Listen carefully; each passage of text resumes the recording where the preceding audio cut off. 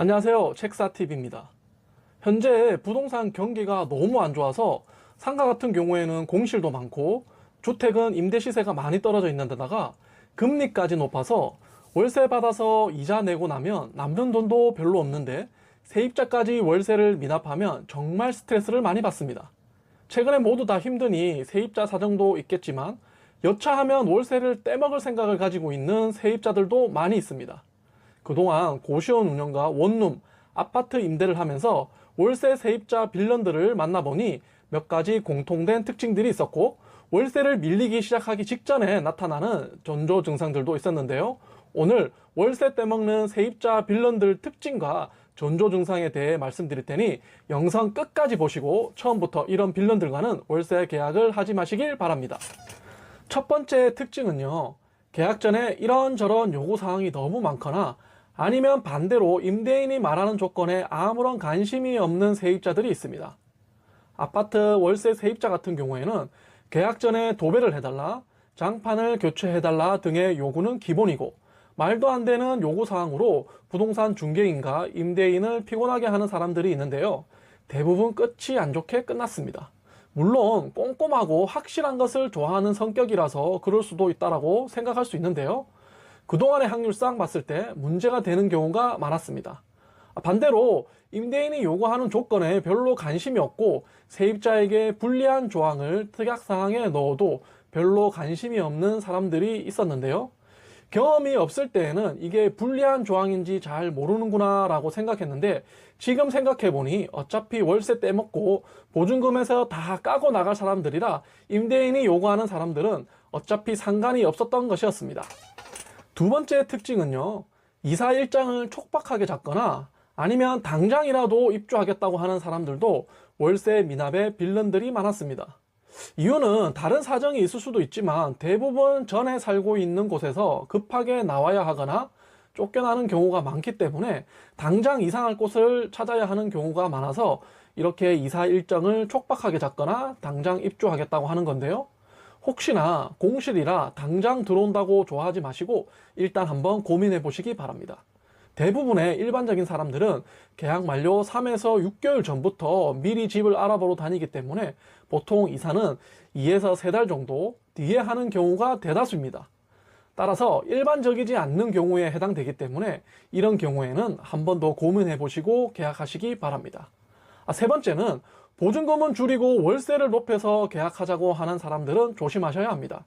무엇보다도 보증금은 임대인 입장에서는 최후의 보루이기 때문에 최소 월세의 10개월치 이상은 꼭 보증금으로 받아야 합니다. 그래야 월세 떼먹는 빌런들과 싸우기 위한 시간을 벌 수 있습니다. 월세를 미납하는 세입자를 내보내기 위해서는 내용 증명도 보내야 하고 명도 소송도 해야 하는데 시간이 많이 소요됩니다. 그동안 월세는 계속 안 내고 있을 텐데 보증금이라도 넉넉하게 있어야 금전적인 손해를 안 보기 때문에 무슨 일이 있더라도 보증금은 되도록 넉넉하게 책정해서 받으시기 바랍니다. 네 번째 특징은 보증금 일부를 다음 월세 때 같이 주겠다고 하는 분들과도 월세 계약을 하시면 안 됩니다.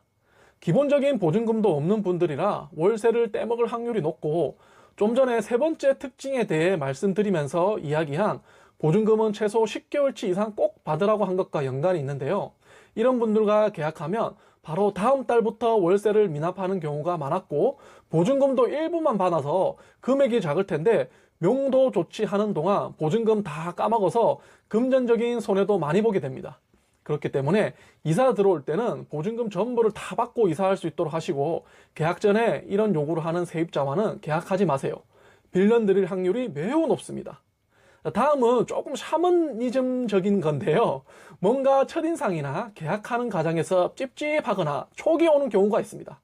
이런 사람들과는 계약을 조금 더 신중하게 하시고 부동산을 통해서 직업이 뭔지 한 번 더 알아본 후에 안정적인 직업이 아니라면 계약을 하지 마시기 바랍니다.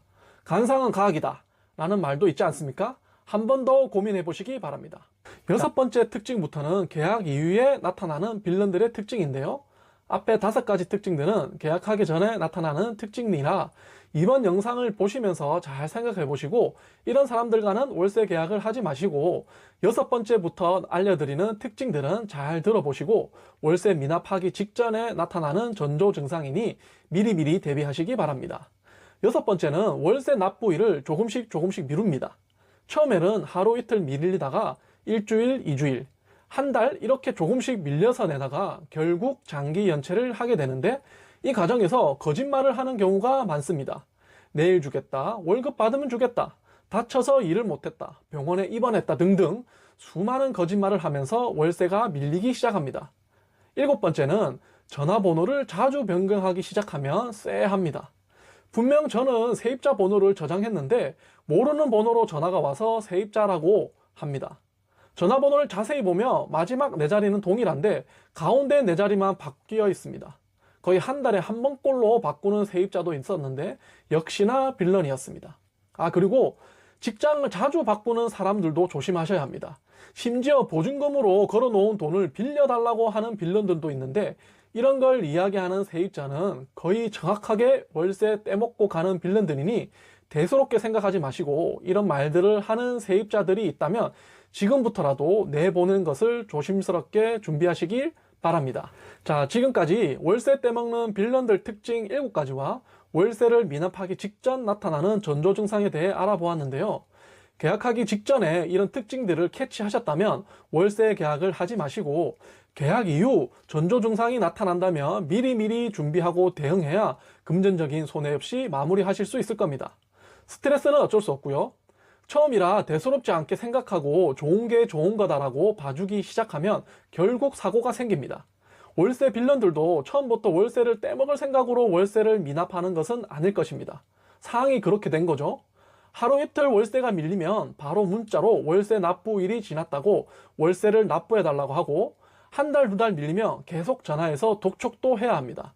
3개월치가 밀리면 이때부터는 바로 법적 조치를 해야 금전적인 손해를 안 보기 때문에 바로 내용 증명도 보내고 명도 소송을 준비해야 합니다.